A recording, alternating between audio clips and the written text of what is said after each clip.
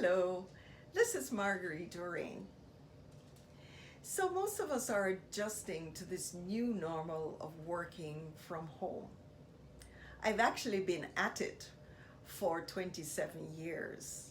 You see, I moved my office home 4 months before my first child was born, and she was 27 last week, Thursday. So I think I know a little bit about working from home, and I would just love to share my experience. No doubt your organization has developed and some very excellent policies around working from home. But the reality of working from home also has to take into account some temptations. And I want to share three of them that I have identified in my many years of working from home. The first is the temptation of technology. You're at home and the comforts of home are there, like the TV. So the television is on and you have the cable news running 24/7, or at least during the working day. It's a distraction. And my strong recommendation is that you turn off the TV because there's really not much new news going on. It's just rewinding. And also, it's bad news. That's the definition of news. It's bad. There's very rarely good news. So turn it off. The second temptation is a temptation of multitasking. You're home. Nobody is watching you. No one is seeing you. So there are two aspects of it. One is the temptation to multitask during your online calls. And this can be very dangerous and it's distracting.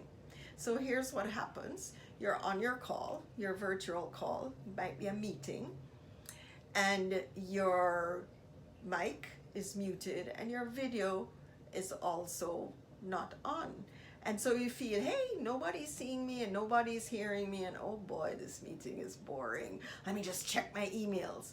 And so off you go, checking emails or writing a report or writing emails.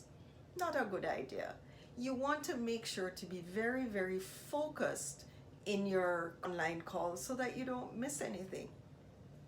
Also, you want to be aware that if you don't mute your mic and you're typing, everyone's going to hear that you're typing. You're going to hear clack, clack, clack, clack, clack, clack, clack of the type of the keyboard. So be very aware of that. But the most important thing is that you want to be present, because the more present you are, the better the call will go and the quicker you will be off the call. The other temptation for multitasking is to do your chores. So you're home and there's laundry to be done and dishes to be washed and so on. And you think, well, maybe I can just do my laundry during the day. I've gone through that, and frankly, it works for me. There are days when I will just do my laundry. I'm like, I'm going to work and I'm going to do my laundry. I make sure it's not a day when I have calls, or not a time when I have calls. It's a time when I'm working. And what I find that it does give me a break. It makes me get up and walk around, which is good. Always good to get up and walk around.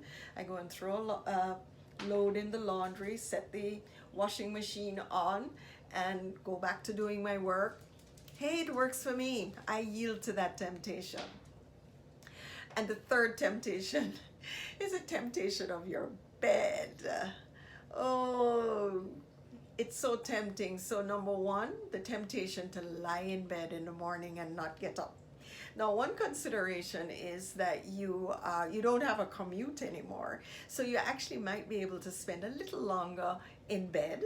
You don't have to get up as early. So take that time to do that. So that's fine.